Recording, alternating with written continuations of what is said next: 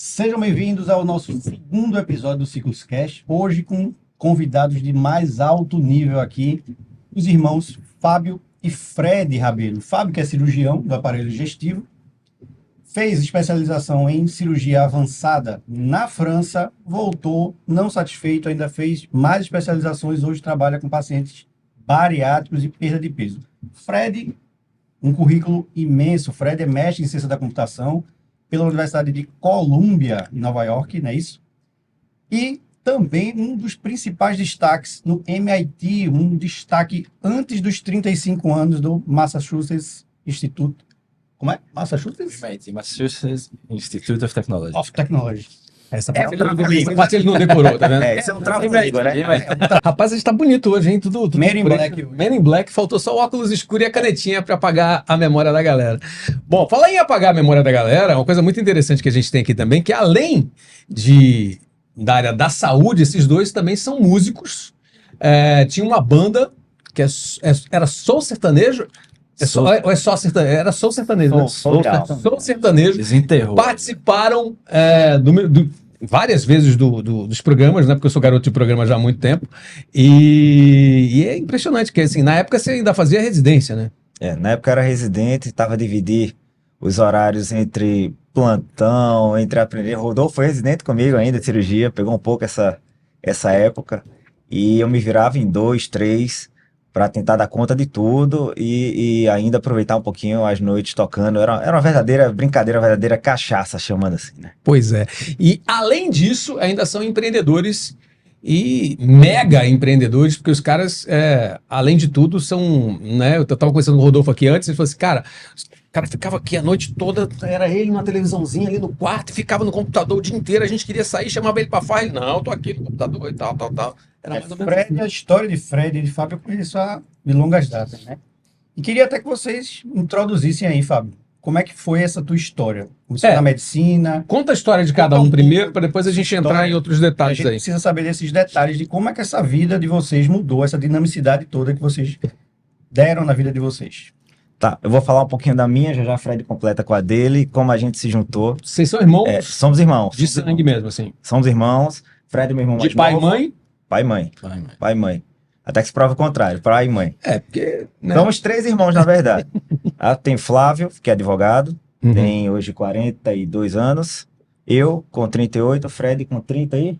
3. Porque lá em casa são 5 irmãos, cada um com um pai diferente. Minha mãe era um pouco danada. E aí o Flávio é advogado, eu médico na área da saúde e Fred engenheiro da computação, né? Mas a gente costuma dizer que a verdadeira empreendedora foram nossos pais, foi a nossa mãe, né? Que investiu bem na gente. Minha mãe é costureira, meu pai tinha um estúdio de ensaio e gravação, né? E aí que começou na vida no lado musical. E ela empreendeu em tudo que fez na vida para fazer a gente estudar. Entendi. E com esforço para lá e para cá, conseguiu fazer a gente estudar em colégios bons e que, graças a Deus, cada um entrou na sua faculdade e conseguiu seguir sua vida, né? Lá por volta dos anos 2000, a gente tinha uma banda de rock, sempre tocou junto, sempre empreendeu juntos. Eu digo que a gente começou a empreender lá também, né? E depois foi seguindo a vida com os estudos. Graças a Deus, todos deram bem. E por volta de 2012, 2013, a gente foi para a vida da música sertaneja. E começou realmente, foi o primeiro negócio grande da gente, que era essa primeira banda, era Soul Sertanejo. E a gente fazia uma média de 30 shows por mês, foi quando a gente se conheceu, Beto. Pois é. Eu acho que era se eu não me engano, era na Band ou na Record, não lembro. Porque era nessa Antes de época. passear na medicina, você já passou na música. É isso que eu ia te perguntar. Você passou pela música, mas assim, em que momento a medicina chegou? Porque você tinha alguém na família, médico, alguém, ou começou essa loucura, começou com vocês? Não, ninguém. Eu sempre quis fazer o bem para as pessoas. Tá? Desde de novo, eu queria fazer as pessoas verem mais e melhor. Agora, como que eu ia fazer isso?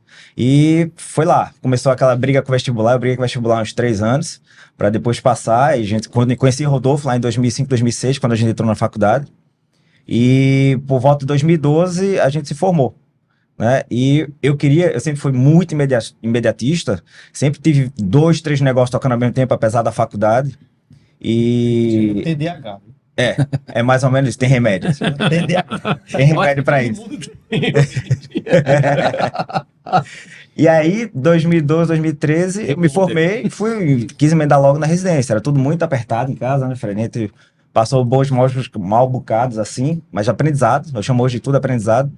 Quando...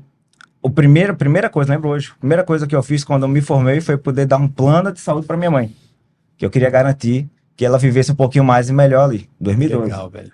Antes do nosso, a gente se juntou e falou, é o dela. E assim até hoje, né? E aí, na faculdade foi isso sempre de querer ajudar mais as pessoas. E querer ajudar rápido. E como que eu ajudo a pessoa rápido hoje? Com cirurgia. Né? Eu não queria medicar, esperar 1 mês, 2 meses para resolver isso. A veia cirúrgica já foi desde o início. Já, eu queria... A gente tem muito isso, né? Cirurgião tem muito isso, de querer ver o resultado rápido. Né? E aí, nessa época, Fred se formou quando, Fred? A graduação 2013, 2013.2. Fred tem um negócio. Fred também, acho que ele tem um pouco de TDAH também. Ele é meio precoce. A faculdade era em 5, ele fez em 3,5. Reconter 10 miligramas uma vez por dia, tudo certo. Aí ele vai poder falar dele também, mas depois fez doutorado, que era em 4 anos, fez em 2. Né? E a gente tem um pouco desse imediatismo de fazer acontecer as coisas na vida. E foi quando Fred voltou, ele vai contar a história dele, mas quando ele voltou do doutorado lá em Colômbia, que ele disse, eu preciso empreender. Eu não aguento essa vida aqui mais lenta, eu quero empreender, que eu preciso mudar a vida da gente o mais rápido possível. Quer dizer que foi lá, quando você foi para Colômbia, que você decidiu empreender. Na verdade, eu entrei na faculdade em 2009, engenharia da computação. Antes de você chegar aí já em 2019... Não, 2009. Eu dando um passo atrás aqui para chegar nesse ponto aí. Exatamente. Conta desde o início como é que surgiu. Não, meu irmão tá indo lá, eu vou também, porque quem é o mais novo de vocês? É ele. Ele é o mais novo. Não parece não, mas... Mas aí ia falar isso, mas aí é briga de família, não dá certo. Empreender também dá muito trabalho, muito estresse. Então, em que momento acendeu essa luzinha também? Assim, cara, meu irmão tá indo, eu preciso ir junto, resolveu seguir os passos do irmão mais velho. Você que foi o primeiro. Acho que, dando um passo atrás, para mim não existe esse momento, esse estado. Tá? Entendi. Diferente de Fábio, eu nunca pensei, eu vou para a área de saúde. Eu sou um cara mais técnico, eu gosto do computador ali. Eu entrei na faculdade para aprender o tecnês lá. Aprender a programar bem, arquitetura. E aí, num belo dia, surgiu uma chamada lá, iniciação científica, para você aprender a ser cientista. Não me deram a ser cientista, mas era na área de saúde. Surgiu a oportunidade, ok, área de saúde, eu vou lá, apliquei. E aí entrei na iniciação científica na Universidade Federal de Pernambuco, no Hospital das Clínicas. Coincidência, apareceu lá no meu e-mail, eu fui lá. E, sem querer, na verdade, entrei para a área de saúde, apesar de Fábio já estar estudando medicina nessa época. E aí, isso foi em 2011. E aí, dentro do Hospital das Clínicas, a professora Magdala Novatti, é super reconhecida no Brasil todo na área de informática e saúde, eu fiz um primeiro intercâmbio e passei 6 meses no Texas. Eu passei lá dentro do MD Anderson, Hospital de Câncer, e eu pude ver qual a diferença de você ter um Hospital das Clínicas aqui e você ter um hospital no Texas, em Houston, que é um dos centros de tecnologia em saúde. E aí, clicou, você vai lá onde ficam os prontuários no HC, os papéis desorganizados, você vai no MD Anderson, nem tem isso aí, é tudo prontuário eletrônico. Então, ali já começou a ver que, eu não preciso de uma inteligência artificial, de um chat GPT, de nada disso. Eu posso ter uma tecnologia mais simples, que não é tão trabalhoso, e aplicando isso na área de saúde, eu consigo a mesma coisa que o Fábio fez aqui, ver um resultado. Então, apesar de eu não ser médico, de estar ali abrindo barriga, eu consigo também utilizar a minha área aqui, o meu tecnês ali, para salvar a vida da mesma forma. Então, aí surgiu um estado de que, existe uma área aqui que não tem ninguém olhando e que eu consigo resolver, literalmente, ver um resultado, até muitas vezes, não imediato, mas no curto prazo, e ver um resultado. E empreender é isso, é você encontrar um problema, e aí com a sua história ali, com o seu aprendizado, você resolvendo aquele problema, no final, você entrega valor, e aí vem tudo, vem reconhecimento, vem MIT Letter 5, vem dinheiro, vem tudo. Não, E isso foi na Federal, na Universidade Federal. Federal, 2011 ainda. Perceba que não tem TI Saúde vai surgir em 2016. Isso. E aí, quando foi que surgiu essa oportunidade de você viajar para Nova York e conhecer lá, fazer algum tipo de conhecimento a mais? Vê que interessante. Eu acho, assim, o empreendedor, ele tem um pouco eu acho que todo empreendedor é um pouco maluco. Surgiu um estalo, vamos dizer assim, que, ok, eu posso aplicar o meu tecnês ali na área de saúde, eu consigo ver um resultado, mas eu ainda não estava, eu não tinha esse apelo muito na área de saúde. Eu me formei em 2013 e aí surgiu uma chamada de fazer um doutorado em Colômbia, a quinta, sexta universidade do mundo, em Nova York, sem mestrado. Então eu saí direto da graduação para o doutorado. Nos Estados Unidos você não precisa ter mestrado. Oportunidade única, eu fui embora. Estudar robótica, nada a ver com saúde. Até então era ser cientista, né? Até então, meu objetivo era ser cientista, ser engenheiro, ser um dos melhores engenheiros do mundo, cientista do mundo. Então eu fui em 2013, não tinha nada de empreendedorismo aí ainda. Incrível que pareça, odiei morar em Nova York. Então eu morava na 108, perto de Central Park, mas odiei morar em Nova York. Mas ali é a bagunça. Ali é. Fazendo- Logo aonde você vai morar? É exatamente por isso aí. Você pegar menos 18 graus com $10 no bolso, Nova York Por você dia, tem que ter muito dinheiro e a agitação é muito grande. Você tá numa fila, você demorou perturbado. 1 minuto a mais para passar o troco, já tem alguém gritando. É. Então, morar ali não é muito legal. Mas eu não ia voltar de mão a banana também, então passei 2 anos lá, terminei o mestrado e desisti do doutorado. Isso que eu falo, empreendedor é muito de maluco. Então, se você olhasse lá, pô, o cara tá morando na maior cidade do mundo, uma das melhores faculdades do mundo. Quem olha de fora assim pensa que o cara já tá com a vida pronta, tá com tudo que pediu a Deus. Como é E que aí- a família viu isso? Assim, pô, o cara parou, e aí? E aí? E aí? Como é que viu isso? É a pergunta aqui. Você pensou nisso também? Falei assim, pô, esse cara é doido, e aí? Pô, Me sacanagem. chamaram de doido. Tá jogando Nesse- uma oportunidade fora e tal. Geralmente os gênios são chamados de doido, não tem jeito. a gente sempre foi muito unido. Aham. Né? Se você vai perceber que é uma característica nossa, quem conhece a gente de perto sabe que a gente é muito unido. Os irmãos, até as noras, as esposas, acham que a gente é mais unida entre nós até do que com elas, né? Aham. E aí, É verdade? Não, cadê? É verdade? É verdade. Tá ali a prova social. e aí a gente sempre foi um pelo outro e é até hoje. Uhum. Nesse momento eu era residente recebia um salário você recebia, acho que era 1.900 na época, 1.700, 1.900 reais. Mal dava para pagar as contas aqui, com mãe morando com a gente tudo junto, mas a gente morou junto até a pandemia, tá? Mas todo esforço a gente fazia para manter ele lá. Se era o sonho dele, a gente ia até o fim. Ele Isso é interessante, e era o sonho até aquele momento. E aí, de tem repente, o isso. cara fala assim: não quero mais esse sonho, acordei. E o louco tem isso, né? Caramba. Sonho, problema, eu mudo de sonho. Mas isso é empreender. Empreender O empreendedor, ele é você se inquieto, adaptar ele é inquieto por às natureza. mudanças, Exato. né? Se adaptar ao que a vida vai trazendo para você e tirar o melhor daquilo ali. É. E você muda de caminho, assim, na metade da jornada, na verdade, né? Você tá ali, você vê que, pô, bicho, não era bem isso, não. A coisa vai... Mas o cara que não tem esse perfil empreendedor vai chegar aos 80 anos, É. na hora de morrer ele vai estar pensando, pô, era pra eu ter mudado ali. Porque O cara- tem essa o cara história, não o muda. empreendedor tem muito disso, assim, você tem que ter a noção de que tem hora que, pô, bicho, eu tô insistindo, você também tem que saber a hora de mudar. Fala assim, bicho, tô insistindo tanto nisso aqui, não rola. Eu acho que tem que, né, de repente, uma Mas, Beto, mudançazinha na rota, você acaba sabe, no caminho certo. sabe o que é interessante? E aí é que eu acho que a nossa união é muito forte. Além de cada um ter uma profissão que se completa, advogado, médico, engenheiro, as características de cada um também fazem a diferença. Eu sou mais calmo, eu sou mais observador. Vira só o microfonezinho. Eu sou mais calmo, mais observador e consigo entender um pouco a situação. Já Fred é muito... Aliás, imediatismo é mais meu e dele, mas Fred é muito também de chegar e resolver logo. E Flávio é aquele cara, ele aqui não deixaria a gente falar. Ele estaria aqui tomando conta da situação, boa praça, fala com todo Por mundo. isso que a gente não chamou ele. inclusive. Advogado. Entendeu? Isso, Flávio foi convidado. Tô brincando. Só pra falar. O Flávio, tô brincando. mas é verdade. Bem me processo aí. E isso foi... Altos e baixos acontecem acontece na vida de todo mundo. E do empreendedor mais ainda. Uhum. E tanto que a grande maioria desiste no meio do caminho. Uhum. Lá, enquanto ele estava em Nova York, a gente aqui percebia isso várias vezes, a ponto você viu que ele viu que ele entrou para fazer um doutorado, com 2 anos quis voltar. Tiveram vários motivos para ele Mas aí voltar. rolou um apoio, ou vocês falaram assim, porra, De o cara- pegar avião, ir para lá, e botar o carro, refinanciar o carro aqui e para lá, entendeu? Tá junto, e de perder voo. Tem muita história para contar. A gente tem que marcar uma aqui só pra montar as gente peripécias pode de contar Fred em algumas Nova York coisas com a aqui. família dele.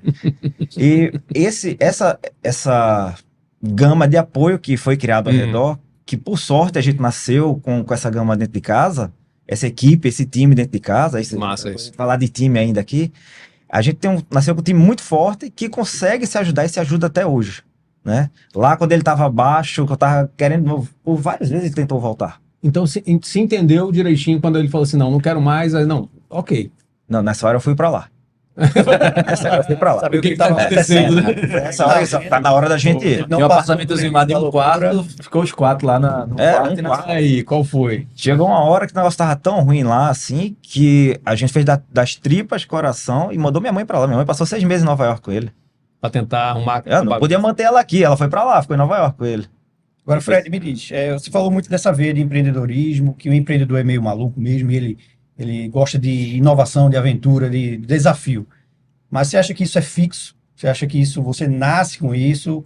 Isso foi pelo teu ambiente mesmo de trabalho, pelo teu ambiente de estudo que você foi desenvolvendo, pela sua vida, você queria melhorar? Então, como é que você vê essa coisa da veia empreendedora? Ela surge ou ela nasce? Eu acho que, como tudo na vida, é uma combinação de fatores também. Não adianta nada você ter o gene, mas não ter o fenótipo ali que vai sendo desenvolvido também. Na minha faculdade de engenharia aqui na UFPE, eu fui muito bombardeado com empreendedorismo. Estava no auge ali, 2012, 2013. O Porto Digital aqui era o que estava mais crescendo. Então, eu tive disciplina de empreendedorismo. E perceba que, inicialmente, meu foco não era ser empreendedor. Eu queria ser cientista, eu queria ir para fora. Mas, durante a faculdade, eu fui bombardeado, sim. Eu vi do Henrique, aqui do Softex do Porto Digital, como resultado da TI Saúde, que a gente tem muita sorte, foi muito sortudo. Aí eu já fiquei até com raiva lá, porra, trabalho da porra desde 2010 estudando, o cara dizer que foi sorte, mas A calma. sorte segue a coragem, né? Na verdade, a sorte na cabala judaica lá, ele é judeu, tem três, é representado por 3 figurinhas daquela lado. E aí você tá no lugar certo, ou seja, você tá aqui no Porto Digital sendo bombardeado ali com empreendedorismo, no tempo certo. Então, a TI Saúde tem muito isso. Então, a gente estava com o produto pronto em março de 2020, quando o Covid chega aqui. A gente vai falar um pouco. Então, você está no lugar certo, no tempo certo e com o conhecimento certo. A preparação, né? Nesse sentido, realmente, eu tive uma sorte que eu fui criando ali. Na verdade, que minha mãe, ao fazer um médico engenheiro advogado, em 2010, a sorte foi sendo criada ao longo de 15 anos, para em março de 2020, quando a pandemia chegou, a gente está com tudo pronto para poder auxiliar e a gente vai falar um pouco do que a TI Saúde fez aí. Igualzinho a nossa faculdade, né? Preparou para o empreendedorismo. E isso é um grande contraste. Você vê que Fábio hoje tem uma veia muito empreendedora, mas ele é médico. Isso não é comum na medicina. Porque a medicina não fala absolutamente nada durante a faculdade. Formação porque técnica. Você fala assim em relação ao curso. há um empreendedorismo. A gente no não, curso. nós médicos não somos formados para ser empreendedores. A gente não sabe nem cobrar ao paciente. A gente não sabe nem questão de honorários médicos. Eu vou te falar mais. Falta Não é muito. só na medicina que isso acontece, não. Né? Eu sou formado em jornalismo, no jornalismo também nunca se falou em empreendedorismo, tanto que agora a coisa está mudando completamente.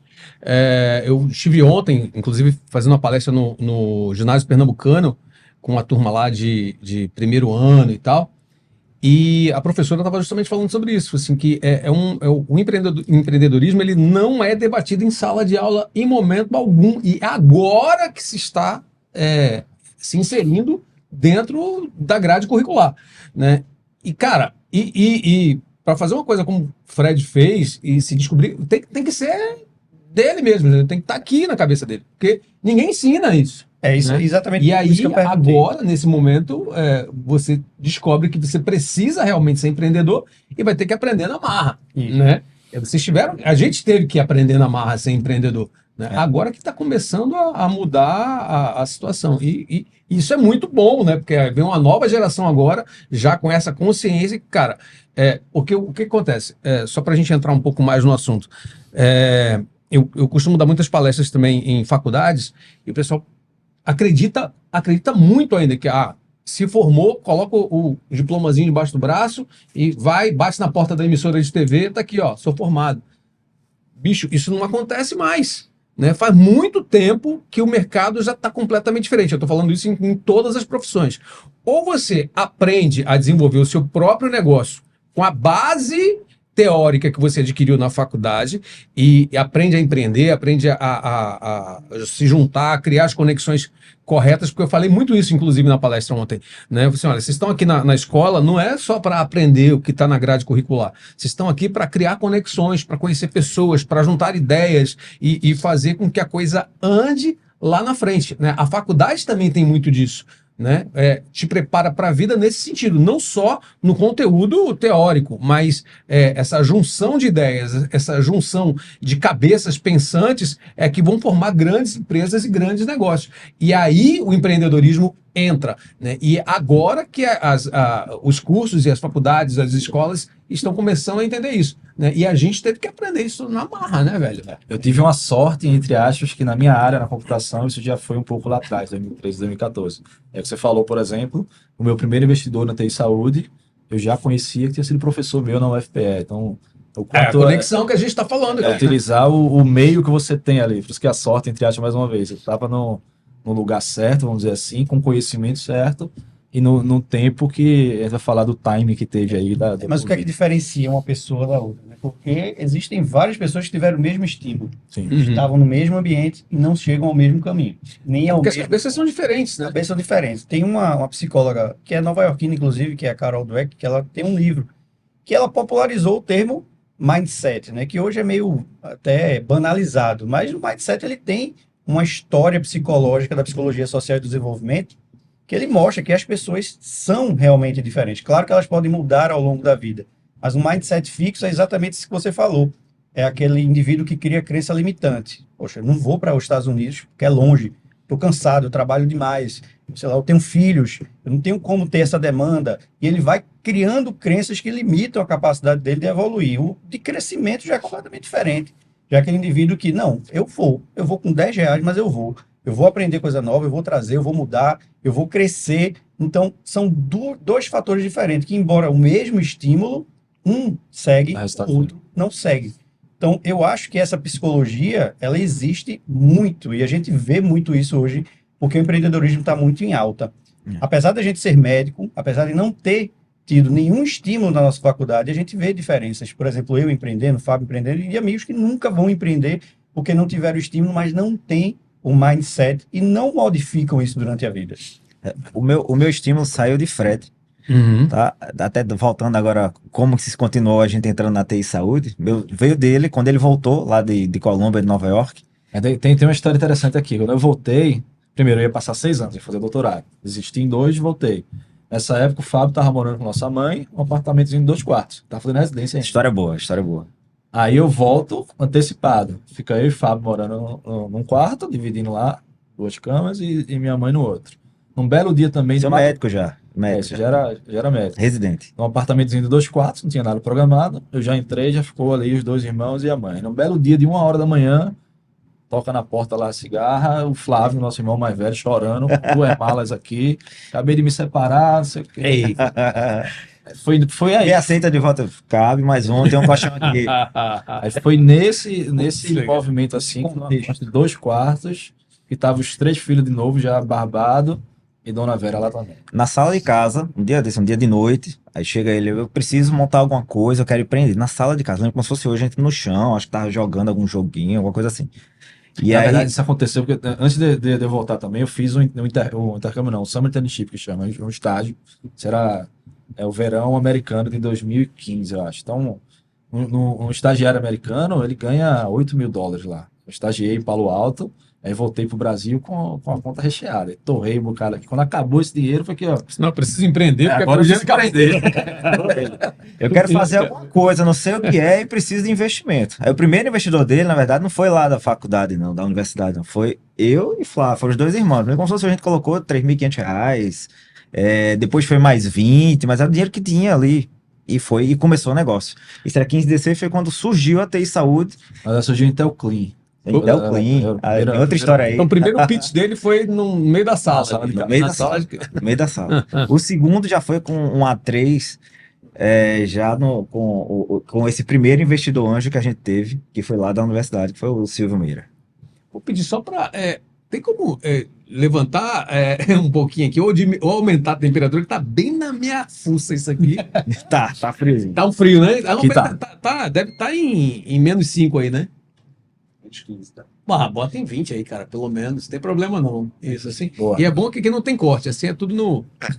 E se cortar isso, você vai ver, viu? No corte, não. Eu quero ver isso no ar. Mas sim, aí voltando... chegamos lá no A3. Na verdade, surgiu na sala de casa. Nesse momento aí, eu, na verdade, dispensei o trabalho que eu podia ter voltado para fora e fui focar. Ó, vou passar pelo menos mais uns 2 anos da minha vida aqui. Uhum. Um dia eu não vou ganhar nada por mês, mas eu vou estar tocando isso aqui. Isso é verdade. E Tem aí? uma proposta para voltar para lá, para Palo Alto e viver a vida nos Estados Unidos. Proposta boa. Proposta boa, ganhar em dólar. Então tem isso, se você fizer a matemática do empreendedor também. Às vezes, consegui um investidor que botou lá 1 milhão. E aí o cara que está tocando empreendimento, ele não bota nada, entre aspas. No mínimo ele tem um custo de oportunidade ali, onde ele deixa de estar trabalhando. No meu caso, eu podia estar trabalhando fora, ganhando em dólar. E literalmente passei 2 anos trabalhando para minha própria empresa sem ganhar R$1. E aí nesse momento, Fábio e Flávio era quem ajudava em casa, era quem tocava tudo lá. E eu era programando de madrugada, era com contador de 8 às 9, com RH de 9 às 10, financeiro de 10 às 11, comercial o resto do tempo, 7 da noite chego em casa para programar de novo. Era o meu dia a dia em 2016, 2017, 2018, isso aí. Era fazendo tudo, o empreendedor tem isso. E para mim, programar, que muitas vezes acho que era o mais difícil, no caso era o mais fácil. O mais difícil foi aprender RH, aprender o que é que tem que fazer para demitir, Lidar com pessoas. periódico, contábil, conciliação. Eu acho que tinha pouco cliente na época, mas eu não conseguia fazer. Eu tive que fazer um programinha para fazer a conciliação, para auxiliar o meu sistema que eu dependia.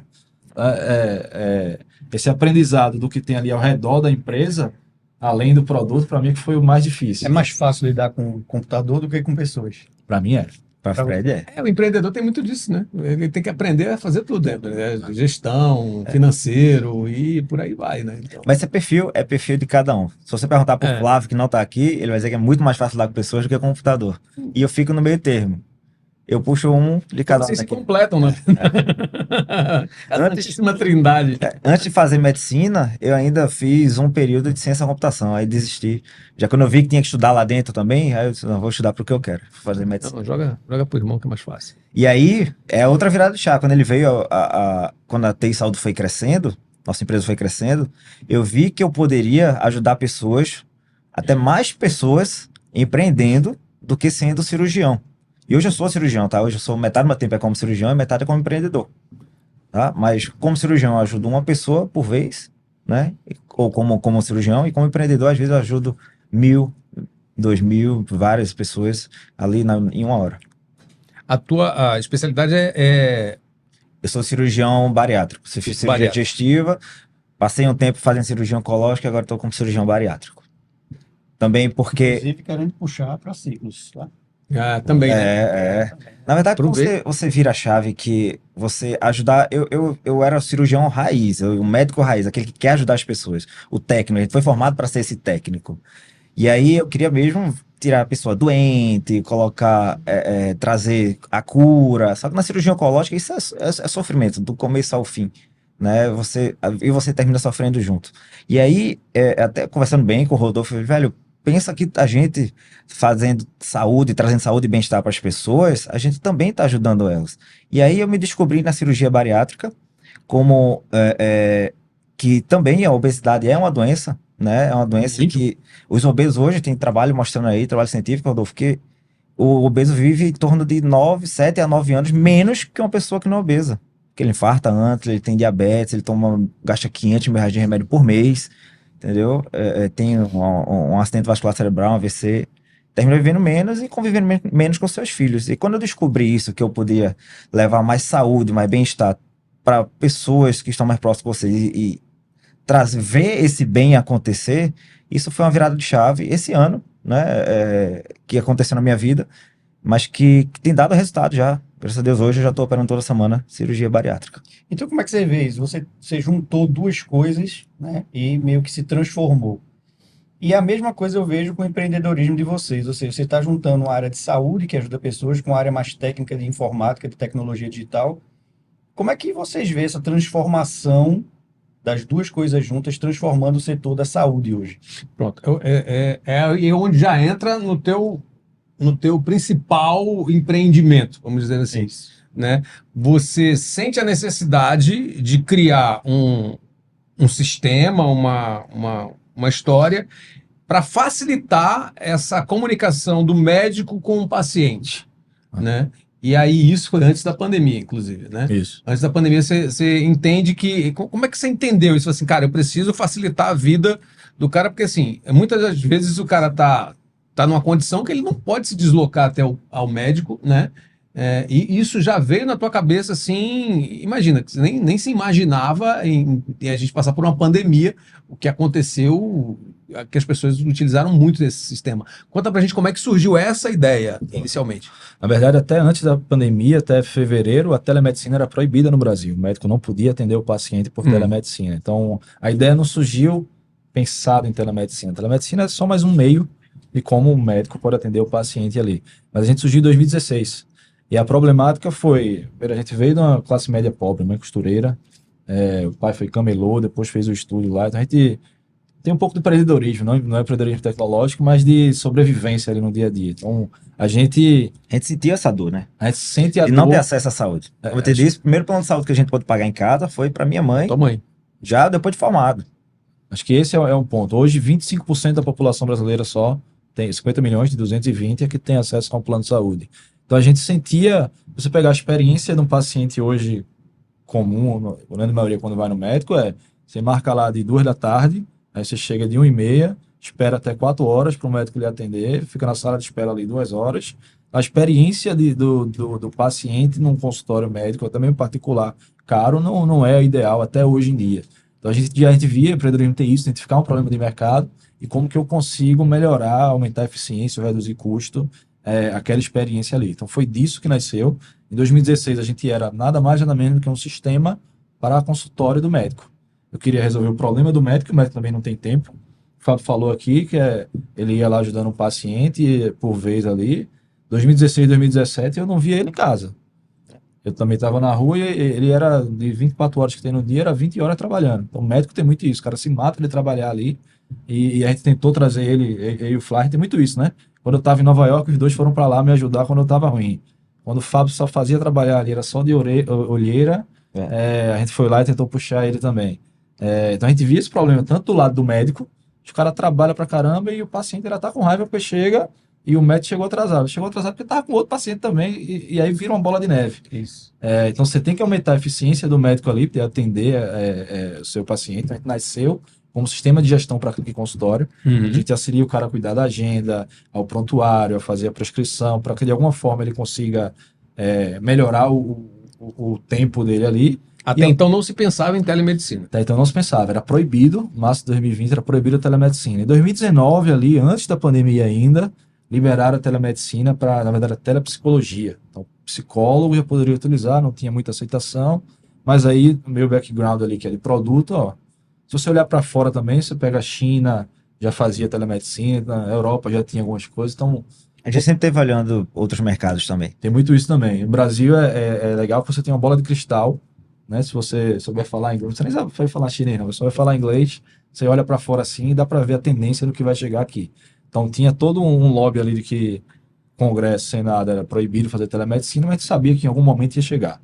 Agora, ninguém sabia se ia levar 10, 20, 30 anos, mais uma vez a questão da sorte. Podia errar o time ali, fazer o produto bonitinho e, sendo bem sincero, eu não ia aguentar mais 5 anos sem me pagar salário, tendo uma oferta de emprego para morar fora. O time desse negócio aí. Mas a gente já estava olhando, já estava com o produto pronto para telemedicina, mas a empresa vinha crescendo, quase não crescendo, na verdade, bem pouquinho assim. Pagando as contas. A gente pagava as contas, era difícil. A gente teve, eu lembro, acho que foi fevereiro de 2020, um mês antes da pandemia, na Itália já tinha caso de Covid, mas ninguém imaginava que ia se tornar. A gente sentou num restaurante, ele e o Flávio, e a empresa acabou ali. Um mês antes da pandemia, um mês da virada de chave. A empresa acabou e eles não quero mais, brigou com o Flávio, e aí Nessa época eu fui fazer a conta, eu peguei o salário que eu poderia estar ganhando de 2016 até fevereiro de 2020, multipliquei pelo número de meses, e eu estaria milionário ali, se eu estivesse recebendo o salário do que eu deixei de receber nos últimos 4 anos. Aí chamei todo mundo. Esses são os altos e baixos que ninguém vê, porque o vendedor basta, né? Tava lá, a empresa acabou, e para ela não acabar, eu peguei as minhas ações da empresa aqui. Se for para estar brigando entre os irmãos, desse jeito, eu lembro como se fosse hoje. Se for pra gente estar brigando, eu tô fora, minha parte da empresa é de vocês, aí resolve o que vocês querem fazer. Sem querer, isso juntou mais, tá? Mas mesmo assim foi todo mundo obrigado pra casa. Juntou sem querer. Eu soube lá na frente, analisando, que eu vi, ó, Os deu três certo, bicudos. né? Mas foi pra casa e é bom Flávio contando isso. Ele faz assim, Flávio tem umas ideias muito boas também e a gente tende a ser mais o executor das ideias. Pandemia tava muito próximo de acontecer, já era final de fevereiro, começo de março, foi dia 10 de março que caiu a pandemia geral no mundo. E uma semana, 15 dias antes, aí Flávio ligou pra Fred, a gente vai ficar rico. E Fred, eu lembro pro Flávio contando isso, Fred dormindo. Que foi? E aí, a gente tem que comunicar as pessoas. A gente tem que fazer o médico encontrar o paciente. A gente tá no Brasil, país continental, já é um problema social. A gente só tem saúde nas grandes capitais, ou ao redor delas, no interior não tem, na Amazônia não tem, né?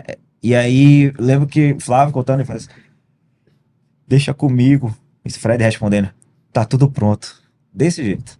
Desse jeito. Esses são as skills que quando a gente vê que vem uma ideia com a skill dele que era de programar, que a gente já tinha uma parceria com o Hospital das Clínicas do UFPE, que a gente já fazia essa telemedicina do jeito que podia ser feito, que era de médico, paramédico, tem que ter um médico nas duas pontas para poder acontecer a telesaúde em 2019, 2020. E aí a gente tinha uma parceria com a UFPE que a gente já comunicava, vai contar até alguns casos aí, que a gente tem de telesaúde acontecendo. Hoje no Rio, no Amazonas, por exemplo, dentro do Rio, a gente tem um barco que faz telesaúde e leva saúde pros ribeirinhos. E nisso estava tudo pronto. E é isso que ele falou, a sorte foi essa. A gente tá pronto, no momento certo, com as pessoas certas e no lugar certo. E aí, de repente, estoura uma pandemia, onde as pessoas não podem mais sair de casa para fazer suas consultas, e vocês já estavam preparados para isso, né? Já estava tudo... Eu lembro ali, março de 2020, foi uma das épocas que eu mais trabalhei na vida. O Flávio também, ele tinha um escritório dele de advocacia. Nessa época, os escritórios estavam tudo fechando, parou o tribunal, parou tudo. E aí ele foi sempre... Até então, só eu que estava 100% na empresa. O Fábio continuava na cirurgia lá. Não, eu fui pra dentro do Covid, eu fui pra dentro de UTI, eu disse, cara, se vocês cuidam aí, que senão eu vou morrer. E mais, eu saí de casa, aí eu que saí de casa de vez, e eu fui pra dentro das UTIs. Eu era concursado também lá na UFPE e fui direto pra UTI, obrigado. Frente e guerra. Você vê como tudo se transforma, né?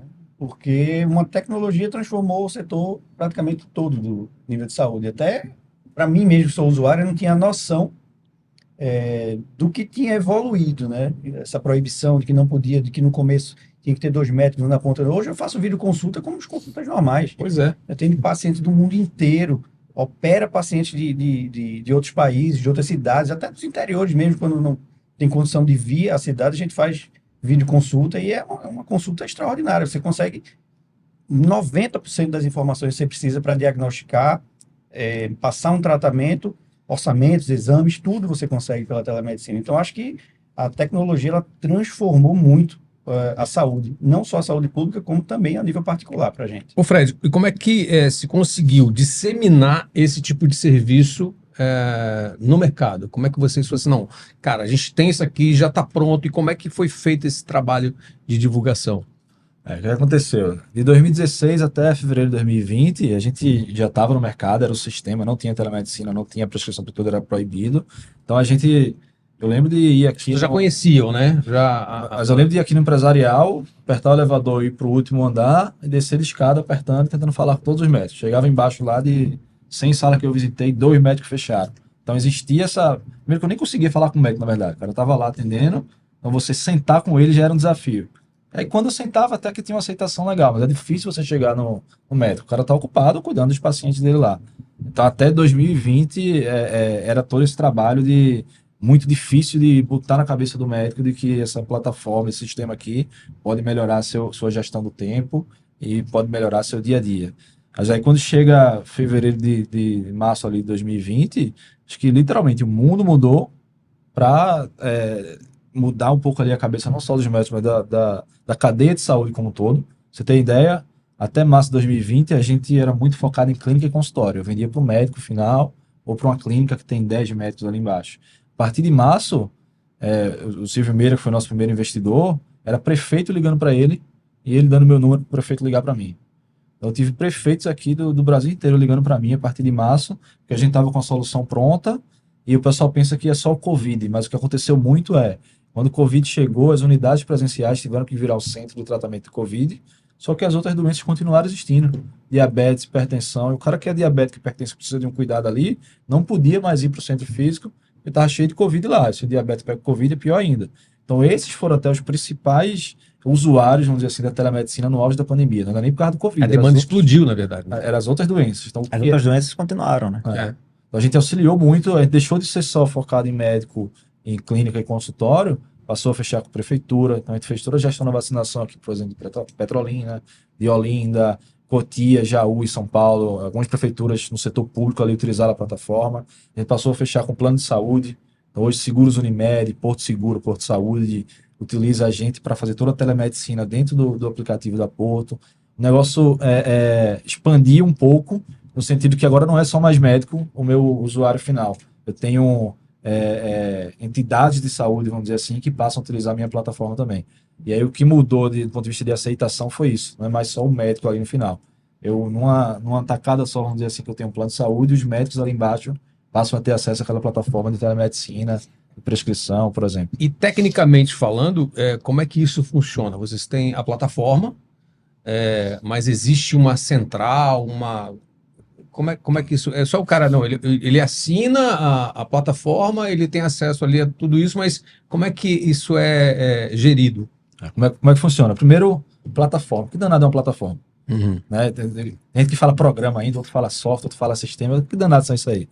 Primeiro, que TI Saúde é uma plataforma. A gente é um conjunto de sistemas e aplicativos que conversam entre si. Né? Até 2020 ali, a gente não era uma plataforma, a gente era um sistema. Era o sistema do médico que o médico usa ali para fazer as coisas do dia a dia dele. Quando a pandemia chegou, a gente virou plataforma no sentido de que eu lancei lá o sistema, o aplicativo que seja para o médico, e eu lancei também para o paciente. Uma vez que eu tenho agora os dois agentes ali da cadeia, um se comunica com o outro. Então a plataforma tem muito isso de se comunicar. Tem que ter um baita servidor para isso. E aí, na verdade, são vários servidores. Eles se escalam de 2 da tarde, por exemplo, que a demanda está alta, são 50. De 1 da manhã, tem toda uma estrutura tecnológica aí. Mas, basicamente, a plataforma é isso. É o aplicativo de comida, de pedir comida, por exemplo, que tem um restaurante e quem está com fome. É o de pedir carro na rua, que tem o do motorista. De quem tá... A gente virou esse sentido de plataforma. Eu tenho a solução ali do médico, do psicólogo, e eu tenho agora a do paciente. E um ponto bem interessante que diferencia a gente é o conceito de white label. Para quem não conhece, eu não preciso da minha marca na visão do paciente. Tem, por exemplo, a Porto. Então, o aplicativo da Porto, a Porto que fez ali para o paciente dela, só que ela conecta na minha rede médica que usa lá o TI Saúde, e aí a gente faz toda essa comunicação para que o paciente, a gente falou no começo, o nosso propósito é gerar uma saúde mais fácil ali para o paciente. A gente oferece todo esse arcabouço tecnológico para que o paciente, seja na minha interface, seja na interface da Seguros Unimed, da Porto, da Prefeitura lá, consiga agendar a sua vacina de Covid, consiga agendar a sua telemedicina. É essa conexão que elevou a gente a um bocado. Fazendo uma analogia, vocês fizeram um consultório e aí se transformaram no hospital. Transformaram, na verdade, numa cadeia, Uma cadeia de hospitais. Consultórios, e até a gente vai falar um pouco de farmácia também. Em 2021 teve a entrada da farmácia. Cacetada, velho. E aí? Ou seja, conectando tudo, né? É. Mas, Fred, a gente vê essa trajetória de vocês e assim, a modernidade e até com rede social, a gente vê a romantização do empreendedorismo, né? Parece que é fácil. Todo mundo é empreendedor, todo mundo quer ser empreendedor e parece que é uma coisa muito tranquila, muito... Mas quais são os principais aí desafios que você teve para realmente não iniciar no empreendedorismo, mas realmente colocar a coisa para funcionar? O que é que você diria que foi mais difícil? Para mim, o mais difícil é o que todo empreendedor de sucesso, você pode pegar qualquer um aí, Zuckerberg, não sei o que, todo ele tem que ter resiliência. Então não adianta, empreendedor tem muito altos e baixos. O cara acorda feliz porque um cliente lá, o Rodolfo chegou e disse, muito legal, vi aqui o botãozinho novo. Quando dá 10 da tarde, o outro mete por causa do mesmo botão, esse botão novo aqui tá na frente do meu, eu quero cancelar. Então o cara acorda feliz, de 10 da manhã já tá triste de novo, aí de meio-dia vai almoçar com o cara lá do plano de saúde e já tá feliz de novo. Então se você não tiver esse controle emocional, ninguém tem na verdade, se você não tiver uma rede de suporte também dos founders ali, ou dos fundadores do início, se você não tiver isso, você vai desistir. E aí é normal, eu pensei em desistir, acho que Todo mês, pelo menos, você Todo pensava mês. em desistir. Todo mês Todo pensava mês. nisso. Mas aí é que entra o time, a equipe. Quando você tem o time com as skills certas e as pessoas certas que estão ali do seu lado. Isso é um time, né? Precisa do técnico do time, você tem que ter o atacante, você tem que ter o lateral, tem que ter a defesa. Ou seja, Senão, não dá para empreender sozinho. Ou você monta um time, ou você pode até começar sozinho. Eu acho que né? é time. Eu acho que é time. Mas aí você tem que ir com o tempo e. Beto, e para você, você também tem essa veia empreendedora. Qual a maior dificuldade no teu ramo? Eu acho que a maior dificuldade é montar o time. A E o maior time que dificuldade- acredita em você, no seu propósito. Exatamente. E aí, mas aí, Beto, aí ele falou em propósito. Lembra lá no início quando eu falei que eu queria ajudar as pessoas? Esse propósito continuou. Ele veio com um propósito junto para mim também, Fred veio, né? Mas o propósito continuou. Hoje a gente continua ajudando as pessoas. Quando a gente decidiu fazer uma plataforma para profissionais de saúde, o propósito era o mesmo. Só que é caríssimo você fazer alguma coisa no B2C, né? Milhões, bilhões, direto para o cliente, um iFood da vida. Quanto não se põe de dinheiro ali? A gente não tinha isso. Era mais fácil, a gente tinha a mesma dor. Eu queria, como que eu vou ajudar as pessoas? Eu vou direto nas pessoas e ajudo, ou eu vou atrás de alguém que me proponha isso, que me proporcione isso. Mas e aí fomos para os a médicos. ordem é essa, né? Você começa no B2C para depois passar para o B2B. A gente fez ao contrário. A gente começou no B2B, eu fui através dos Qual a ideia? médicos. Se você Pegando os paciente é do médicos. médico. No caso de paciente é do vocês, médico. a coisa inverteu, né? Como que eu chego lá na população? A gente decidiu através dos médicos, que eles pagassem uma mensalidade pra gente e no final pudesse entregar alguma coisa como plataforma, comunicando paciente numa ponta, médico na outra, e eu sendo essa plataforma ali no Existem meio. planos de saúde que já estão utilizando esse formato, inclusive, né? Plano de saúde só para esse atendimento do médico de Online, né? online. Inclusive, até um amigo meu estava falando sobre isso. Não, existe um plano de saúde, está querendo me chamar para ser um embaixador, não sei o que. Inclusive, entende-se isso como o futuro e a sobrevivência da saúde no Total, nosso país. velho, Porque total. as margens são Porque você pequenas. consegue diminuir, né, o ticket médio, né? Você, Sim. ao invés de você pagar R$ 1.000 e tantos no plano de saúde, você consegue pagar ali 200, 300 reais, porque você aumenta, né? Você atende no mundo inteiro. Quantos anos do início aí da T-Saúde para realmente ela se fincar no mercado? Agosto de 2016, criação do CNPJ. A gente teve uma rodada de investimento em dezembro de 2016. E aí teve um valezinho ali que a gente não fazia nada até 2019. 2020 começou a guinar um pouco. Eu diria que a gente começou a fixar no mercado, somente quando a gente botou o pezinho em São Paulo. Foi final de 2020, 2021. 2021 foi bem... Ou seja, é relação, Sou né? reconhecido. Não é esse romantismo que... 5, 6 anos. E, inclusive, você falou uma coisa aí que é bem interessante de outros. Qualquer empreendedor vai ter esses altos e baixos.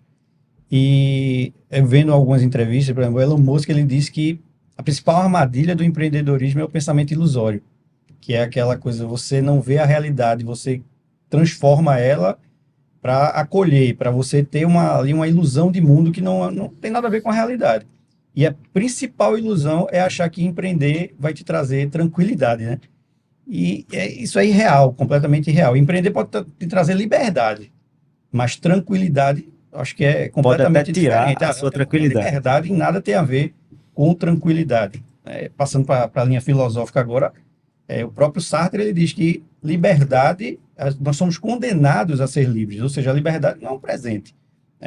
O empreendedor ele é aquele cara que tem liberdade, mas ele tem responsabilidade por todas as decisões que ele tomar e sem nenhuma garantia. Ou seja, é sempre arriscando a vida. Acho que esse é o principal ponto. O cara empreendedor, primeiro, ele vai ter muitos esses altos e baixos, e o risco que ele toma ali, no meu caso, por exemplo, eu abdiquei de 5 anos, tendo um bom salário em dólar, sem garantia nenhuma que depois de um tempo aquilo ali ia dar certo. Na verdade, eu estava pronto até ali em fevereiro de 2020 para não dar certo e perdi mesmo, vamos embora. Empreender é isso, abrir mão também, né? Você tem demandas infinitas, recursos limitados. Então você tem que abrir mão de várias coisas. E o cara que pensa que vou empreender porque eu vou ficar rico já começou errado. Esse cara não vai ficar rico. Até a questão de liberdade, por exemplo, em 2019 eu tive uma doença chamada alopecia areata, que é causada pelo estresse. Eu literalmente estava perdendo o cabelo da barba, ficava com buracos aqui, porque eu não tinha liberdade. Era programando de madrugada, comercial de dia, tinha que fazer tudo ali na empresa. Então, mais para frente eu podia... e aconteceu muito, né? quinta-feira eu não aguento mais isso aqui, peguei o carro, fui bater em Natal, passei 2 dias. Então, você não tem o seu chefe ali mandando, seu próprio chefe, Isso. mas isso vem com pontos Mais bons e responsabilidade. pontos ruins, né? Responsabilidade nossa, Assim né? como lá, quando a empresa estava acabando em 2020, a gente tinha ido fazer um empréstimo no Banco do Nordeste para pagar as contas. Uhum. Né? Então, não são só flores. É, meu pai. Negócio E aí não me é diz. fácil, não. Tem um monte de gente querendo empreender, tem esse romantismo de que virou empreendedor já é sucesso. Qual é o teu conselho para esse novo empreendedor aí, já que você já tem aí uma estrada? Para mim tem alguns pontos. Primeiro não existe empreendedor se ele não conseguir identificar um problema. Você tem que empreender com uma coisa, com um problema real do mundo. Você tem que, primeiro passo, identificar esse problema. Provavelmente você sozinho você não vai conseguir identificar o seu problema. Então, a gente já falou aqui de montar o time, preferência um time multidisciplinar. Você vai montar uma coisa de saúde, tem que ter um médico. Pode chegar a fazer um pitch para um VC, um investidor, sem o seu médico, ele não vai nem te escutar. Você vai empreender na área jurídica, tem que ter um advogado. E se vai empreender computação para computação, tem que ter o cientista da computação. Então, primeiro, identificar o problema para chegar na solução. Tem muita gente que faz o contrário, somente da área de tecnologia. O cara faz um sistema lá porque é legal fazer, depois ele pensa, será que alguém tem um problema para usar esse meu sistema? Nem existe, o problema nem existia. Tem gente que acha a solução para depois achar o problema. O problema, a equipe, para mim, um dos pontos principais a gente sofreu um pouco com isso também. O médico, engenheiro, advogado. Pô, esse é o Dream Team, né? É o time que vai poder fazer tudo. Na minha opinião, também não. Se eu pudesse voltar no tempo, eu teria um sócio da área comercial. Muitas startups que você vai para tecnologia também, os caras fazem uma solução top, melhor do que a americana, melhor do que a chinês. O produto ali, o sistema, o software, o aplicativo é top. O problema pode até existir, só que o programador lá nunca vai fazer o que eu fiz de subir no prédio, apertar o botão e sair descendo a escada. Ou ele não vai fazer um anúncio com a comunicação correta. Então tem que ter alguém com essa pegada comercial. A gente demorou muito para conseguir encontrar uma forma de vender o que a gente tinha. Beto, você também é empreendedor, mas uma área diferente. Qual é o teu conselho? Cara, tem muita gente que fala assim, você precisa de foco, né? Concordo. Até certo ponto também, porque assim, às vezes você tem várias ideias. Eu acho que a primeira coisa é você escolher as principais que você quer atuar, né? Eu aprendi isso com a entrevista do Fábio Porchat, ele me falando que ele também é um cara elétrico e ele falou assim, olha, eu tenho um armário com várias gavetas, né? E aí eu tive que aprender a abrir a gaveta. Hoje eu abri a gaveta aqui, né, do podcast. Eu uso muito o Trello, e no Trello eu tenho lá várias pastinhas, e cada pastinha é uma coisa. Podcast, eu tenho uma banda, eu tenho minha área do curso digital, e tem isso, tem aquilo, tem um livro infantil, agora tem a área de palestras e tudo mais. Então, são várias gavetinhas que, inclusive, eu consigo visualizar essas gavetas. E aí é saber abrir a gaveta e deixar as outras fechadas. Então, você abre a gaveta, trabalha naquilo ali, aí, ok, você atingiu a meta do dia ou da semana ali, fechou a gaveta, abre a outra gaveta e vai. Se você conseguir um nível de organização, você consegue fazer várias coisas ao mesmo tempo. Mas você precisa, como a gente está falando aqui, ter as equipes certas em cada gaveta, que cuide de cada gaveta. Para no momento que você fechar essa gaveta, a coisa continue funcionando lá dentro com a gaveta fechada, né? Então é por isso que é importante você ter um bom software de gestão. Eu falo do Trello aqui, mas o Trello é uma coisa que é muito bacana, porque você vai lá, né? Você consegue acompanhar o que cada um está fazendo, como é que é e tal, se já a demanda já foi cumprida, se não foi e tal. Então, se você consegue organizar esse seu tempo, você pode fazer sim várias coisas ao mesmo tempo. Você pode focar em várias coisas ao mesmo tempo, contanto que você tenha as equipes certas dentro de cada gaveta. Entendeu? Então fica a dica aí, não é só os 10 miligramas que ajudam o TDAH, né? As ferramentas também ajudam a organizar. Isso é verdade. E você tem uma veia mais médica também e sabe o quão difícil é empreender na medicina, sendo médico, inclusive. Qual é o teu conselho? O que é que você acha que seria necessário? Cara, eu tô muito na pegada do Beto.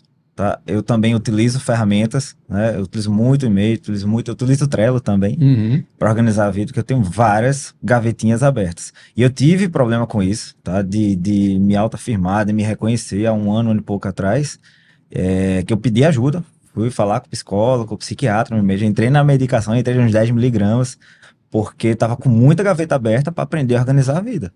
Né? Isso não é fácil. É Você engraçado. Eu manter o tive- foco não é tão tive uma fácil. experiência com o Fábio de cirurgia. A gente operou junto até uma cirurgia bem avançada, né? Uma cirurgia por vídeo, fechamento de diástase por vídeo. Então, é uma cirurgia de alto padrão. Alta complexidade. Alta complexidade e alto padrão dentro da cirurgia plástica, que é o Mila, né? E minutos antes de O que Fábio é o entrar, Mila? o Mila é a abdominoplastia minimamente invasiva. É quando nós corrigimos ali a diástase por vídeo, fazendo a lipoaspiração e dando uma retração de pele por tecnologia para paciente. Ou seja, é uma abdominoplastia sem corte, digamos assim. E isso é de alto padrão na medicina hoje. Eu chamei Fábio para operar junto comigo, porque ele é cirurgião de vídeo avançado.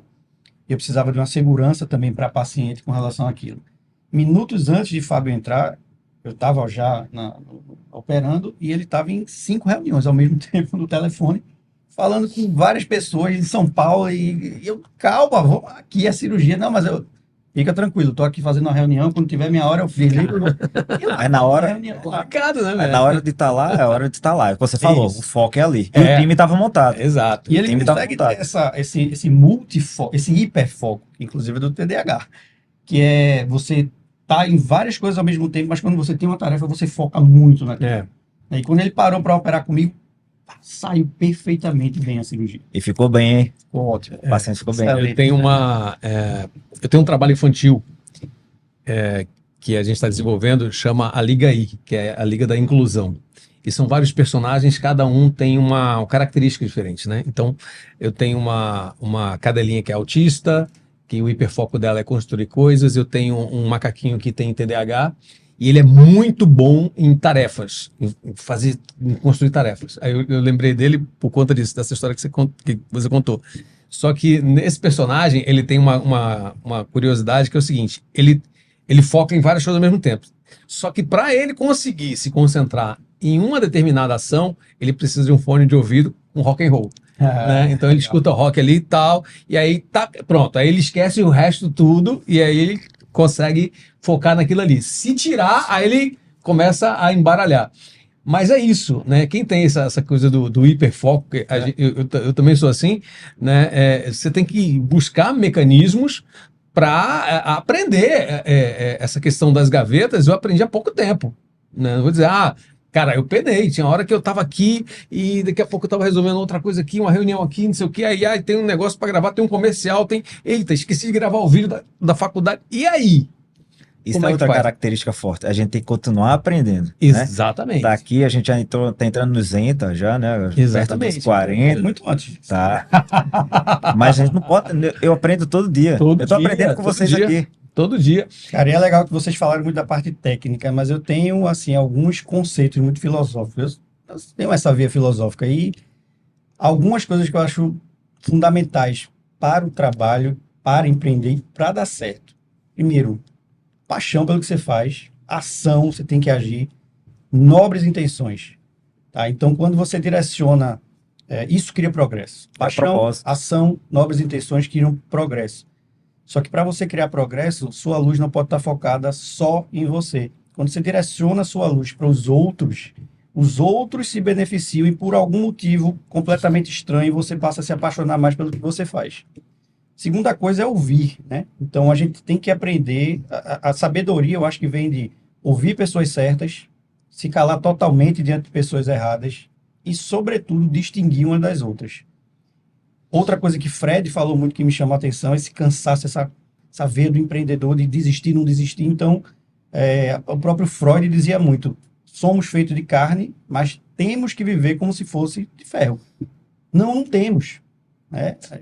Aprender. Quando você está cansado, aprende a descansar, não a desistir. Então, nem tudo o Freud explica. E a última coisa que eu acho essencial e que vocês fizeram muito bem, fazer um nome, solidificar um nome, não tem nada a ver com vender a sua alma. Você tem que manter a sua essência. E você não pode focar só no dinheiro, né? De forma alguma, foi o que o Fred falou. Exato.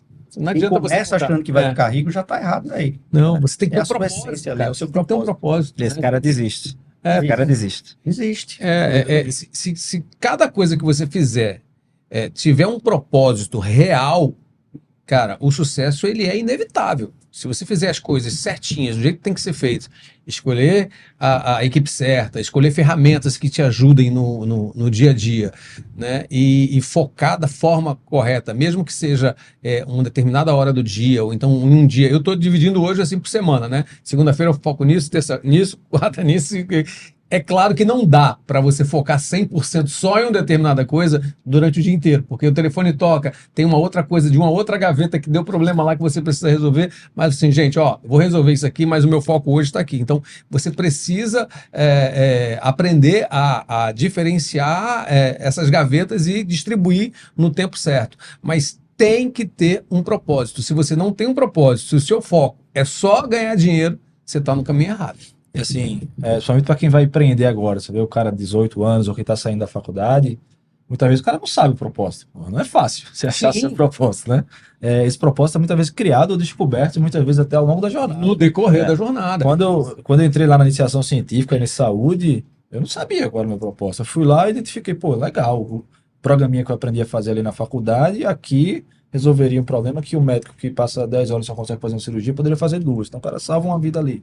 Você vai se descobrindo, e eu já li também na filosofia que muitas vezes você passa até a amar mais o que você faz quando você é reconhecido e quando você vê que aquilo ali está tendo uma aplicação prática. Muitas vezes a ordem se inverte. Você não precisa, não é olhar para o teto que você vai pensar, opa, eu amo fazer tal coisa. Talvez você precise experimentar, você precise ver, você precise se jogar no mundo aí também, para descobrir até o que você ama. O valor do que você faz não está no que você ganha, está no que você proporciona ao outro. Exatamente. Tem muito isso. E aí tem a questão que a gente falou logo no início, que é das conexões com as pessoas certas, né? É onde você aprende no dia a dia, na faculdade, na escola, no ambiente de trabalho, né? Você acaba criando conexões que vão te levar, às vezes, até para uma outra história que você nem imaginava, né? Como aconteceu com vocês. O teu foco não era telemedicina, o teu foco era criar um software de gestão para um médico lá, para facilitar a vida do cara. O foco não pode atrapalhar essa mudança de jornada. Isso acontece Exatamente. muito. Na vida do empreendedor, o negócio que a gente pensou lá em 2016 está longe de ser o que é hoje. E está muito diferente do que era em 2019. E não Entendeu? pode ter apego também, não. Tem isso também, né? A gente passou por uma transformação em 2021. Na verdade, começou a pandemia em 2020, a gente veio crescendo um bocado, fincou um pezinho em São Paulo, então a gente entrou no Clube Itaú, Scale Up Endeavor, passou a ter reconhecimento nacional, passou a ter visibilidade também. O próprio MIT Innovator 35, né, foi um projeto onde a gente, em parceria aqui com a professora Magdala, no Hospital das Clínicas da UFPE, a gente pegou médico voluntário e usando a plataforma, o médico trabalhava lá de 8 às 8 da noite, 9 da noite, 10 da noite, ele disponibilizava meia horinha ali para atender a população do SUS. A gente passou a ter esse reconhecimento e em 2021 a gente passou a ser abordado por grandes grupos de saúde. Então, de laboratório a farmácias. E em 2021 a gente passou por um processo de M&A, de aquisição. Ou seja, a gente deixou de ser sócio da empresa que criamos e hoje a gente é consultor, no meu caso CLT, ou seja, uma pessoa contratada ali da própria empresa que eu fundei, quando a gente passou pelo M&A com o grupo DPSP, da Drogaria São Paulo. Você vendeu a empresa? Vendeu a empresa em dezembro de 2021. Eu percebo que tem um processo de desapego ali também, apesar que hoje continuo 100% focado como CEO tocando a empresa, e até do ponto de vista de produtos, a gente deixou de ser só que era até 2019, software ali para clínica consultório, pandemia a gente passou a ser para plano de saúde, para prefeitura, o negócio escalou, e a partir de 2021 a gente passou a ter a rede de farmácia também, entrando nesse ecossistema. E a rede de farmácia é um ponto de contato em saúde, na verdade até o ponto mais presente. Mais próximo. Todos que não tem a farmácia hoje em dia. Você sai e depara com 2, 3 farmácias. A gente está deixando na verdade, trazendo um pouco dessa solução em saúde, onde a farmácia deixa de ser só um lugar de dispensar a caixinha e passa a ser um lugar de cuidado com o paciente, onde você faz vacina do Covid lá, você faz teste rápido, você faz aferição de pressão. Então, tem mais de 64 exames que podem ser feitos hoje na farmácia. Aí perceba como o propósito é o mesmo. A gente queria melhorar o acesso do paciente. Mas eu não tinha nem dinheiro, nem sabia, na verdade. Veja como vai. As coisas vão se juntando sem querer. Não sabia que ia dar nisso. Esse é o melhor dos cenários, na verdade, né? Você insistir ali na tua ideia, a coisa funcionar, funcionou ok, né? Tá ali, tá tracionando. vou vender aqui, vendi, mas continuo trabalhando, continuo dando a minha consultoria, continuo fazendo aqui. É o melhor dos cenários, na verdade, né? Ou seja, o Seria o propósito ideal. ele não alterou muito. Não alterou. Não alterou. Não. Que é- E aí, Ele foi ficando mais cara. próximo, ficando mais Exatamente. próximo. A gente tinha a plataforma que comunicava já médico, psicólogo, a população, e com o M&A com as drogarias São Paulo, Drogaria Pacheco, a gente conseguiu conectar agora não só os profissionais de saúde, mas também a gente já estava fazendo com alguns estabelecimentos de saúde, mas agora mais ainda. A força do grupo tem mais de 1.600 farmácias pelo Brasil, vou chamar assim, mais de 1.600 pontos de acesso à saúde pelo Brasil, a esses médicos e a essa população. Então imagina assim, pega a jornada do paciente, desde a dor que ele tem de achar um médico, de ir para consulta, de ser prescrito, agora tudo online se quiser, ou no presencial, tanto faz. E a gente saber que ele continua agora, eu como médico agora consigo enxergar que ele está tomando o remédio da pressão, do diabetes, e que aquilo chega a informação também no meu prontuário, no meu... Tá tudo Cara, ligado. Ou seja, né? eu consigo fechar a jornada do paciente É a e ver que eu estou levando saúde de fato. Não é apenas a resiliência que você falou, né? É o segredo desse sucesso aí, e até vou usar uma frase do Benjamin Disraeli, foi primeiro-ministro britânico, político conservador, que ele dizia: o segredo do sucesso é a constância do propósito. Ou seja, desde lá vocês vieram com o mesmo propósito. Foram mudando ações no dia a dia, foram mudando outras coisas, mas o propósito sempre se manteve o mesmo, que é esse que Fábio fala, que é ajudar a atingir a saúde para a população. E isso vai mudando, vai criando novas oportunidades, mas o propósito é o mesmo. E outras pessoas vão reconhecendo isso. Então, reconhecendo. E uma coisa que Outras você falou- pessoas vão comprando a sua ideia. É Vão verdade. entrando no seu propósito. Isso é que é legal. É. A gente consegue influenciar muitas pessoas, e isso é formar o time. Quando o propósito é bom, é forte, você acredita, você termina influenciando muito o seu time, e eles fazem tudo ali para estar com você.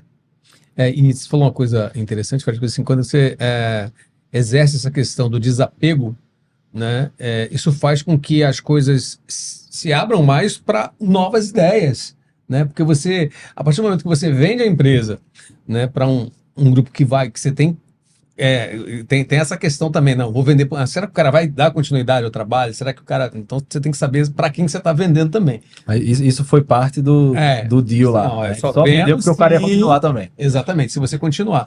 Isso, dessa forma, você livra o teu tempo para você criar novas situações, para continuar a aumentar o teu propósito, né? Descobrir novos propósitos, já que esse está funcionando muito bem. Por que não dar uma melhorada aqui? Por que não, né, envolver as farmácias? Por que não? Né, porque a farmácia não estava nem Nunca tinha pensado. Nunca tinha pensado na Só questão você tá da na farmácia. né? E aí você falou, né? Você consegue acompanhar a jornada do cara desde a consulta, né? Que vai por lá os exames e tudo mais, até a medicação que ele está tomando, porque você tem acesso. Na verdade, né, Beto, se você pensar através. direitinho, o paciente ele vai mais na farmácia do que no médico. Sim. Então, se eu sair da... Eu tô com 2 médicos aqui, eu tô com dor nas costas, eu nem vou falar. Eu, meu irmão, eu vou ali na farmácia, compro um remédio para dor nas costas. E aí vou para casa, tomei o remédio. O farmacêutico vira médico também, né? Você, o que é bom? O cara não, né? Mas perceba, surgiu um sintoma, eu já sei, vou falar com meu irmão é médico, ou seja, uma ligação, mas eu já sei. Eu vou na farmácia uma vez, comprei o remédio, voltei para casa. No outro dia, se não resolveu, aí eu vou ligar pro médico. Ó, fiz isso ontem, me passa um remédio melhor aí. Aí eu voltei na farmácia. Já fui 2 vezes na farmácia e uma vez só no médico. Então a farmácia ela tá muito mais próxima, não só de ter em cada esquina, mas a população ela já está acostumada a ir lá. Entendeu? É quase um prontuário online. Mas- Você vai... Você falou um negócio muito importante. O farmacêutico ele tinha perdido seu valor. Ele tinha virado um balconista, Uhum. né? Uhum. E na época da gente, Beto, a gente tinha a farmácia do bairro, que a gente conhecia o farmacêutico pelo nome e ele ajudava. Hoje ele pode, existem medicações que ele pode indicar, né? Ele é um profissional Ele tem de saúde. acesso a esse sistema, o farmacêutico, ele entra, Sim. por exemplo, ele pode olhar ali e acompanhar tipo um histórico do cara, o que ele comprou nos últimos dias, que ali ele tem uma ideia mais ou menos do que ele está... Galera, como é que funciona a plataforma? Ah. O prontuário hoje no Brasil, o prontuário ele é do paciente, não é nem do médico. Uhum. Então o paciente ele pode ter acesso a todos os seus dados de saúde, é direito dele. Tá? Sempre foi, na verdade, né? Isso. Porque nem todo mundo sabe disso. Nem todo mundo sabe e é difícil. Você tem que ir lá no hospital, bater numa portinha de vidro e me dar meu prontuário. Então você não tem acesso na prática, apesar de ser um direito seu. Uhum. Então a gente veio exatamente para democratizar isso. A gente tem o Viva Saúde, que é um aplicativo do paciente, onde tudo que o médico fizer utilizando a plataforma da gente, ele pode ou não, com um clique, compartilhar com o paciente. Então o médico ele não manda a informação diretamente para o outro ou para o farmacêutico, mas o paciente ele faz uma triangulação, vamos dizer assim, onde o paciente é que leva essa informação. Opa, o Dr. Rodolfo escreveu uma coisa para mim, vai chegar aqui. E aí eu quero que o Dr. Fábio veja isso, eu chego aqui, ó, opa, Dr. Fábio, foi isso aqui que eu Ele pode disponibilizar isso por farmacêutico, por exemplo? Pode disponibilizar isso para farmacêutico. Inclusive a prescrição, que era proibido até março de 2020, o médico ele tinha, usando um Microsoft Word ou TI Clínico da TI Saúde, ele vai lá, imprime, carimba, assina e dá para o paciente. Na telemedicina isso é impossível. E a partir de março de 2020 foi que com a certificação digital, ele vai lá o PDFzinho por WhatsApp ou por e-mail, e o paciente chega na farmácia e ele que leva essa informação com Usa um QR 100% de Codezinho, vai segurança. lá e QR tal. Code, a gente faz exatamente isso com segurança até maior do que a de papel. É porque, na verdade, a partir do momento que ele precisa, um remédio com prescrição médica, por exemplo, ele precisa ter a receita com o QR Code. Aí, através desse QR Code, ele tem acesso a outras informações que não é só a prescrição do remédio em si. Tem ali uma... Se assim o paciente quiser. Se o paciente não aceita, tudo dentro do paciente. Cara, se isso cai é nesse muito- ecossistema, isso é muito legal, velho. isso é bem legal. Se cai nesse ecossistema que teve o médico que ativou vários médicos, a gente tem até um case de sucesso em Olinda, assim, né? Vários médicos atenderam o paciente de Olinda, depois ele comprou em várias farmácias do grupo, e todas as informações de saúde são enxergadas por qualquer um desses profissionais se o paciente dá o ok. O controle no final é do paciente. Que é o LGPD controle. veio aí e tá bem em cima, forte nisso. Tudo. Mas vamos lá, vocês estão ajudando muita gente, muitas áreas. Eu quero saber o que é que tem na cirurgia plástica, aí, já puxando para mim essa Pronto. aí. O que é que está de novo, o que é que tem de inovação, o que é que a gente pode esperar de alguma coisa para a especialidade da cirurgia plástica? Fred, se você for falar hoje, inovações em saúde, vai surgir inteligência artificial, nuvem. Eu enxergo, e tenho certeza que Fred pode confirmar isso depois, a gente tem que fazer o básico ainda, mesmo na cirurgia plástica, tá? Você é especialista na ponta, fazendo o Mila, fazendo todas as ferramentas que você usa lá e publica super bem, de como trazer mais beleza ali no seu meio. Mas o básico, falando ainda do paciente, ele quer o Rodolfo médico, quer o Rodolfo pessoa perto dele, quer o Rodolfo delas, principalmente, quer o Rodolfo no pós-operatório presente. E essa tecnologia, isso é o básico, gente. Estar perto do paciente é básico. Pode ser um médico da família, pode ser cirurgião plástico. O paciente quer ser acolhido, né? E essa comunicação é falha. E o principal problema que a gente vem para resolver é essa comunicação. Isso é que ser uma plataforma. Conexão. É conectar as pessoas, é fazer com que ela enxergue todo o seu tratamento e que não se perca, que ela volte para cá. Imagina isso num paciente, um diabético, que é comum. Sei lá, 60, 70 milhões de brasileiros têm diabetes. E esse cara muitas vezes se perde, né? Termina infartando, termina tendo E às vezes nem problema sabe maior. que tem, né? E às vezes Acontece toma um remédio 2, 3 vezes, depois não voltou para comprar na farmácia. E um médico não sabe. O paciente acha que ficou bem e quando vê, explode na urgência. Imagina o cara ir numa farmácia, fazer o curativo lá, ter um auxílio, e ao mesmo tempo já tá sabendo do que aconteceu. Isso. Você A ter toda comunicação essa é o conexão lá. básico. Pode passar o melhor curativo que for, né? Mas se ele não fizer, se ele não tiver apoio para fazer. Um outro ponto que eu vejo, acho que com grande impacto na cirurgia plástica, é a nova resolução da CFM, né, com relação a marketing médico, ao que o médico pode ou não pode fazer nas redes sociais. Eu ia tocar nesse assunto aí. Eu acho que, somente falando de cirurgia plástica, de você poder expor o seu trabalho que até então era proibido, quando você tem uma plataforma dessa, a gente tem um CRM, que é o Customer Relationship Management. Então, a gente permite com que o médico esteja mais próximo do seu paciente, tanto no ponto de vista de saúde, de auxiliar o cara numa dúvida ali, mas até do ponto de vista de escalar a sua clínica, escalar o seu negócio ali, para que você consiga ter um antes e um depois fácil, você consiga ter uma opinião do paciente ali. Acho que nisso a tecnologia vai auxiliar muito na cirurgia plástica. E falando em marketing, ainda bem que mudou, né, Adolfo? Pois é, essa nova resolução ela já está sendo debatida há muito tempo, principalmente na área da gente, da cirurgia plástica, né? Então, o apelo ao médico poder demonstrar o seu trabalho, ele esbarra muito com a antiga ética médica.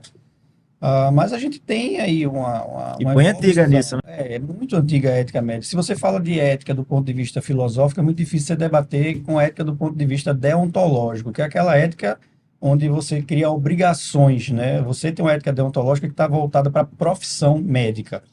E a ética moral é outra. Então, quando você choca uma com a outra, você percebe que tem esse desnivelamento, né, do médico se expor moralmente ou de ser um dever dele expor o trabalho dele. O que é que está certo, o que é que está errado? Não tem certo, não tem errado. Só que eu acho que a ética deontológica, ou seja, da profissão, ela surge para trazer harmonia a um grupo social. Toda ética surge para trazer harmonia a um grupo social. E a ética deontológica também. Então, ela tem que trazer uma harmonia ao grupo médico, o grupo de cirurgiões plásticos, ao grupo de cirurgiões bariátricos. Quando a ética existente, ela não traz harmonia àquele grupo social, ela traz desarmonia, está na hora de mudar. Se eu perguntar, a ética muda? A ética muda. A ética pode mudar. O comportamento humano, ele está sempre mudando, né? As Então, interpretações mudam também, né? isso. Tem As muito interpretações e, assim, até a moral. Você vai para o Código de Hammurabi, antigamente era permitido você castigar um indivíduo da mesma forma que ele lhe castigou. Então, hoje, isso é visto como uma coisa completamente fora de moral. Tanto que a gente diz, isso não é mais ético hoje, né? Isso. Então, a ética ela pode, sim, ser modificada no decorrer do tempo. E esse consenso ético de marketing médico, eu não vou saber o ano certo, mas ele é dos anos 30 ou 40, e não tinha mudado até hoje. Então, existia muita coisa antiética que já era comportamento aceitável moralmente. Então, alguma coisa tem que se adequar a outra aí. E aí, quando você muda as leis, os artigos e as leis médicas, você passa a ter um comportamento moral compatível com a lei. E aquilo ali cria uma certa harmonia, ou seja, ninguém pode mais estar desnivelado ali, né? Todo mundo tem o direito. Isso tem pouco tempo, né? Porque foi o quê? Foi ano passado? Não. Esse ano. Foi esse ano ainda. Foi em julho Começou- agora. Há alguns meses. Que começou O debate você poder vem- mostrar. O debate já vem. Mas isso já acontecia, né? Então, Acontecia, mas aí a galera, né? Que era a questão de ser antiético. A pessoa que se mostrava, ela era tida como antiética. Né? Não tem ninguém amoral. Que é não muito existe amoral. importante, cara. Por exemplo, você tem um Rodolfo desse que trabalha com um trabalho maravilhoso, os resultados que ele posta são uma coisa impressionante, é incrível, né? E você saber que você... Porque assim, é complicado a pessoa fazer, mas eu quero fazer cirurgia, mas como é que será que vai ficar? Né? E aí quando você coloca um antes e depois, que faz, caramba, fica natural, velho, o negócio. É uma outra visão, né? Você consegue mostrar o resultado. Assim, olha, como obviamente que tem toda uma. Eu né, vou muito voz e mais tudo mais. longe. Eu vou muito mais longe. Não só de mostrar o resultado, mas de você educar a própria paciente. Você de falar de procedimento, você falar de algumas coisas que não eram permitidas. Né? E outra coisa, a gente que é detentor de conhecimento, que é especialista, não poderia falar. Mas quem não era detentor de conhecimento podia falar. Então ia para a internet e falava coisas às vezes absurdas. Ou seja, é a Tem questão muito. do Instagram, da rede social. O Google tá aí para provar isso. Isso cria falsas autoridades, né, que é um fenômeno comum de rede social. Você criar falsas autoridades e que elas têm mais voz do que os próprios especialistas. Então tá na hora do especialista ir lá e mostrar o que é o correto, mostrar o que é o seguro e educar verdadeiramente a paciente. Então, conhecimento verdadeiro é diferente de informação falsa. Essas informações rápidas e disseminadas na internet está muito longe do que a gente quer para educar o paciente. E eu ia te perguntar justamente sobre isso. Como é que se faz para driblar essa questão do Dr. Google? Né? Porque o cara, não, eu tô com uma dor de cabeça. Dor de cabeça, cara, você está tendo um AVC. E agora tem o Dr. ChatGPT também. Tem o Dr. ChatGPT, que ainda é pior ainda, né? Porque nem tudo. Eu Como é que faz para driblar isso? Não tem como driblar. Eu acho que é a própria pessoa que tem que ir em busca ela vai sempre em busca do Google, mas aí depois que ela vê várias informações, é isso que eu estou dizendo, as informações são diferentes do conhecimento verdadeiro. Então você tem ali um banco de dados de informações, não quer dizer que aquilo seja verdadeiro. Então quando você busca um especialista, aí você está buscando um conhecimento verdadeiro. Acho que a grande diferença ainda é essa. Não que não vá ser substituído, não sei, mas que ainda hoje é isso. Conjunto de informações é diferente de conhecimento verdadeiro. Você tem um conhecimento verdadeiro quando você busca um especialista. Assim, do ponto de vista tecnológico, estão sendo criados mecanismos de como que você identifica se aquilo é verdadeiro ou não. Mas a minha visão pessoal é que o cara, nossos filhos, né, o cara que vai ser o de sucesso ali no futuro, não é mais o cara que foi para a escola e decorou o tabuado ou que decorou um livro de geografia ali. Agora você já tem, literalmente, estava lendo ontem, a gente já chegou a um nível da inteligência artificial que chama de AGI, inteligência artificial geral, generalista. A inteligência artificial não é novo. Você tinha lá, por exemplo, há 20, 30 anos atrás, uma inteligência artificial que jogava xadrez, por exemplo, já era de propósito específico ali.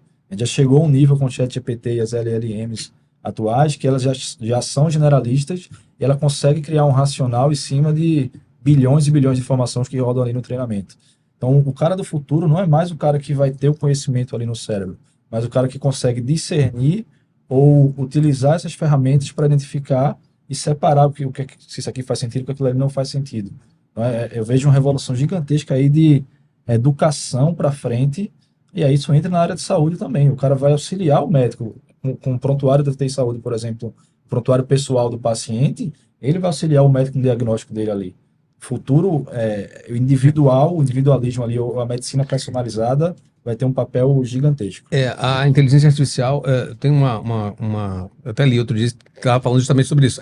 A inteligência artificial ela não vai substituir o ser humano, mas o ser humano que dominar a inteligência artificial vai substituir o ser humano que não domina a inteligência artificial.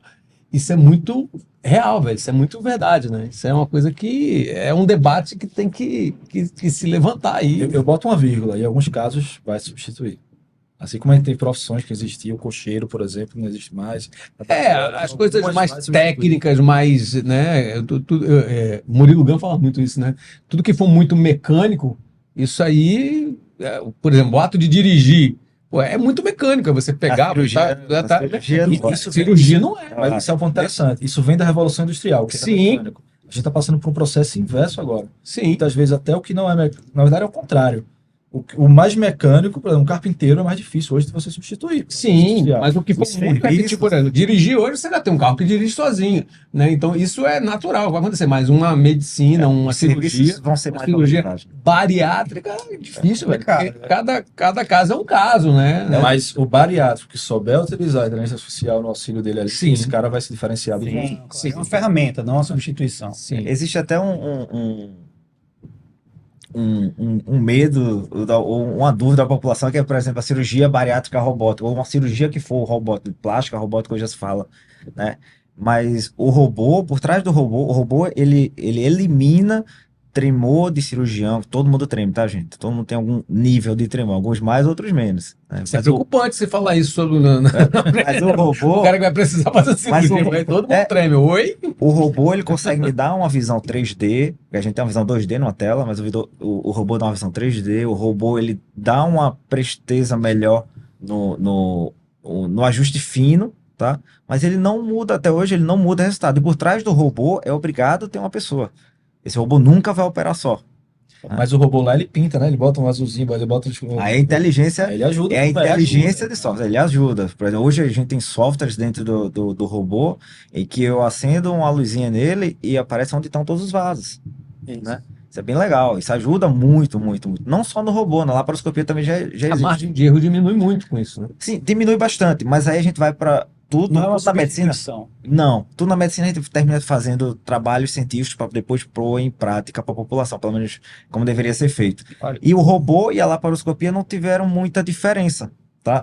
O tempo operatório interfere, o robô é maior, o sangramento no robô é um pouco menor, entendeu? Mas isso mudou a sobrevida ou a vida do doente que tá ali? Não mudou, entendeu? O resultado foi muito parecido, mas o robô vem sim para somar, ele dá uma presteza maior, dá uma destreza maior para o cirurgião, dá umas divisões que eu não conseguiria ver em 2D, que agora vem em 3D, mas que a gente pode lançar a mão hoje em dia.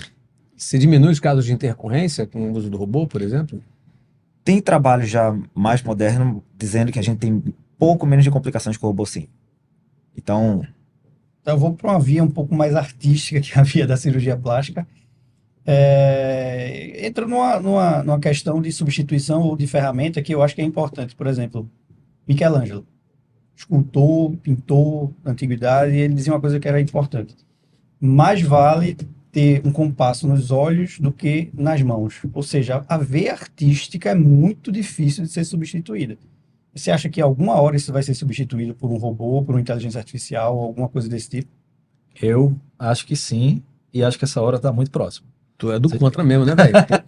Já eu acho que tô não. preocupado com isso. Eu acho que isso não vai mudar. Isso é o feeling de cada um.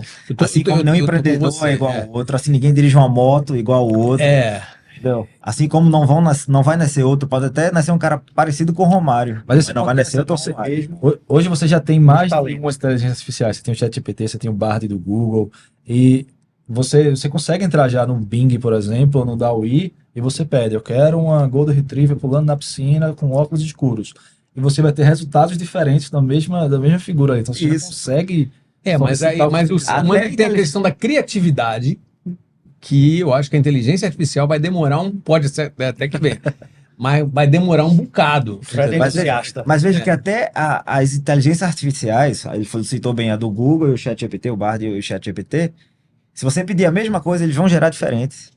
Eles vão gerar igual. Ou seja, a própria inteligência Até artificial ela tem uma é sensibilidade única. diferente. Ela aprendeu. Se você utilizar o mesmo prompt nos dois, vai sair um resultado Porque praticamente o igual. que é uma inteligência artificial? Tem o conceito, por exemplo, de rede neural. Ela aprende assim como ser humano. Você vai para uma escola, você foi criado aqui. O Beto é o que é hoje porque ele viveu Toda a experiência tudo que ele teve que passar na vida como mulher, com esposa, como menino.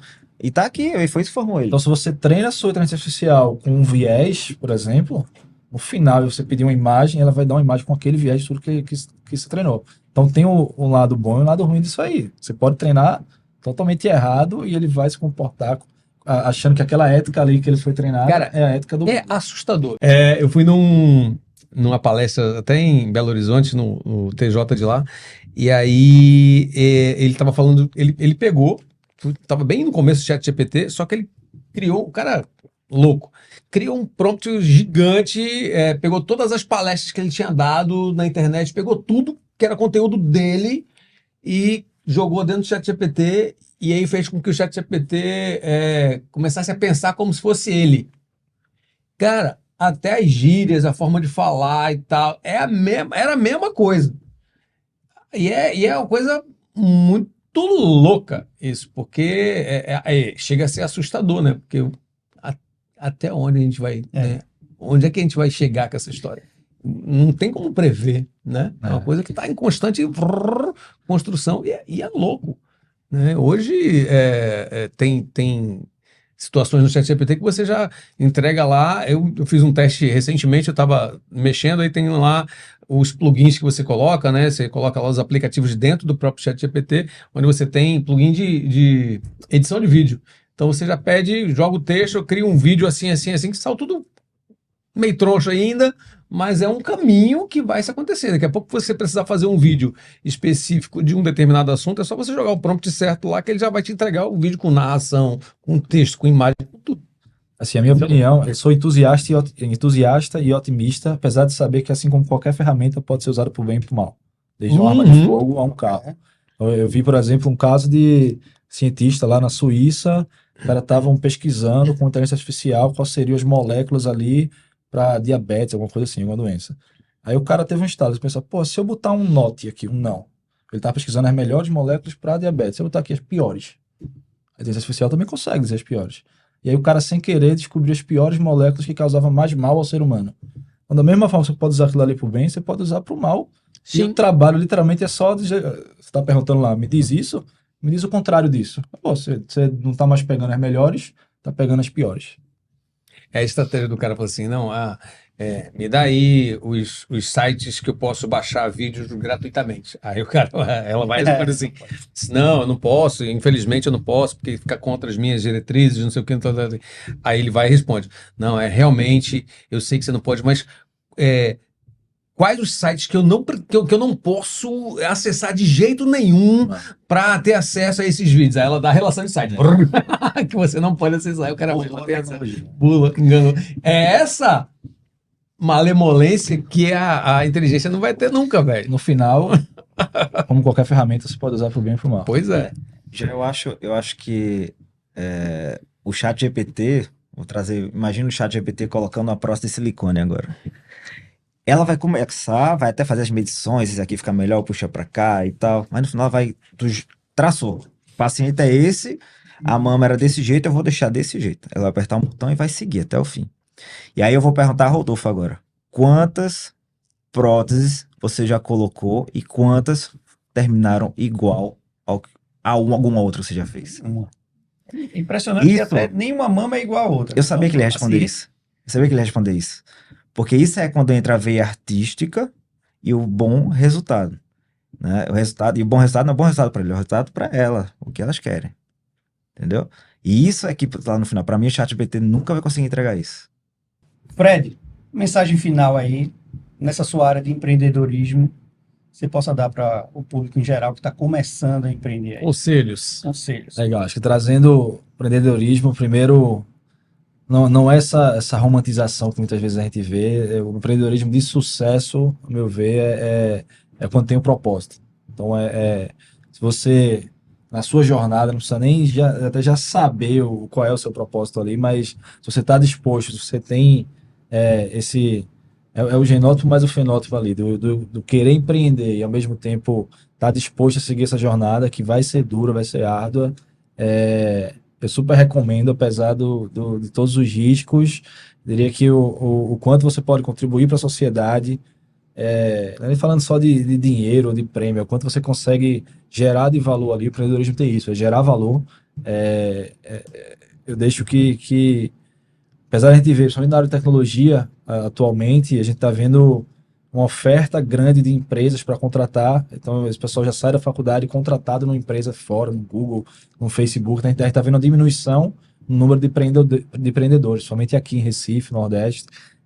Mas eu digo que é uma jornada árdua, mas que vale a pena, desde que você tenha um problema, esteja disposto a seguir ali a solução, que tenha um time ao seu lado ali. Precisa ser irmão, pode ser um colega da faculdade, mas um cara que você confia e que você sabe que se complementa ali. É uma jornada que eu diria que vale muito a pena, não só para você, mas de trazer isso para o mundo, trazer isso para a sociedade. De fato, você tem um mundo inteiro do conhecimento aqui, de soluções, você traz algo, você bota uma pontinha nova ali no mundo, e isso gera valor, e depois vem a recompensa, aí vem o dinheiro, aí vem o reconhecimento, aí vem o prêmio, e aí você é sucesso. Fábio, empreender e ser médico. Qual a mensagem final que você deixa aí para quem quer fazer as duas coisas? Cara, não é fácil, porque a vida de médico consome muita gente, né?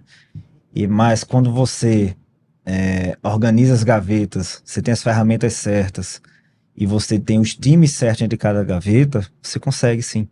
Você consegue sim. Você poderia estar ali ou procrastinando seu tempo, ou sei.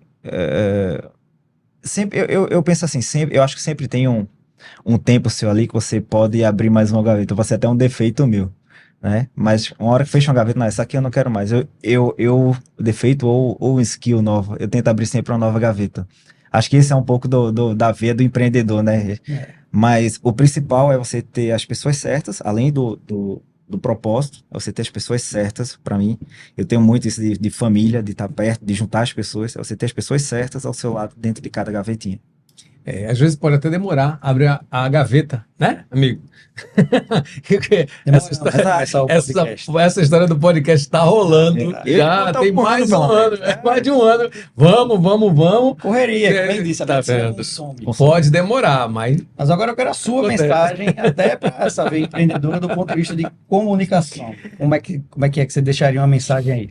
Eu acho que é foco, né, independente de quantas gavetas você tenha, né? Você pode ter 2, 1, 5. Eu tenho umas 7 aí. Tem um limite, Beto? Tem um limite de gaveta? Não, eu acho que não tem que ter. Eu acho que é aquela coisa, concluir aqui, deixa a gaveta lá, a qualquer momento se precisar abrir, você abre, mas deixa o time lá cuidando, e você vai abrindo, você vira um hub, né? Na verdade, daqui a pouco tem um monte de coisa aqui funcionando, né? Se isso te dá prazer, ok, eu acho que é por aí. Empreender é você trabalhar em busca do prazer, né? Se ajudar as pessoas, né? Se ir atrás do propósito, se isso te dá prazer de alguma forma, massa, velho. Corra atrás, vale a pena. É duro, você vai receber crítica, a família não vai entender, amigos não vão entender, mas é importante você manter o teu foco e a tua cabeça sempre ligada no teu objetivo final, né? Que não seja só ganhar dinheiro. O dinheiro, ele vem, inevitavelmente, se você concluir esse trabalho, inevitavelmente esse dinheiro vem, mas fique focado sempre na satisfação, né, e no teu propósito. E principalmente se tiver um propósitozinho de ajudar as pessoas, aí é que o negócio melhora ainda mais. É aí que eu falo que é o meu conceito, que é o encantamento, né? Uhum. Todo mundo quer ser feliz, mas eu acho que quando você tem um encantamento por aquilo que você faz, por aquilo que você promove, você consegue trazer essa felicidade muito mais fácil para o que você está propondo às pessoas. E aí entra uma frase do Guimarães Rosa que é poderosa, né? A vida, o que ela quer da gente é coragem, que é o que vocês tiveram aí para empreender, começar o negócio desde lá de trás e ir seguindo, mantendo essa constância no propósito. Eu acho que é essa a mensagem final. Cara, eu quero um dia ter tantas referências como você. É impressionante essa cabeça aí, velho. A minha sessão científica. Doutor fulano, doutor cicrano. Gente, grande abraço. A gente se encontra no próximo Ciclos Cast. Valeu. Valeu.